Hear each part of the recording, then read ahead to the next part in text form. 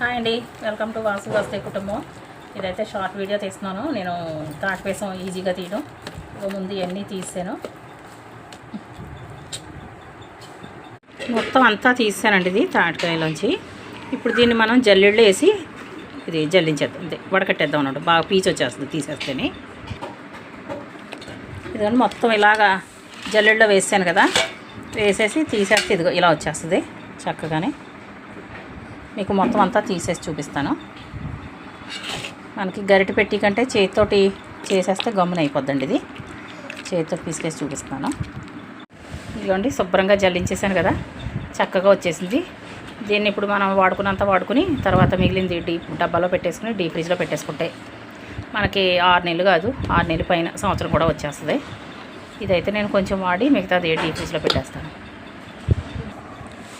ఇదిగోండి ఇది డబ్బాలో తీసాను, ఇది డీప్లో పెట్టేస్తున్నాను. ఇదైతే రొట్టె వేయడానికి తీసి ఉంచాను ఇది. ఓకేనండి, థ్యాంక్ యూ ఫర్ వాచింగ్.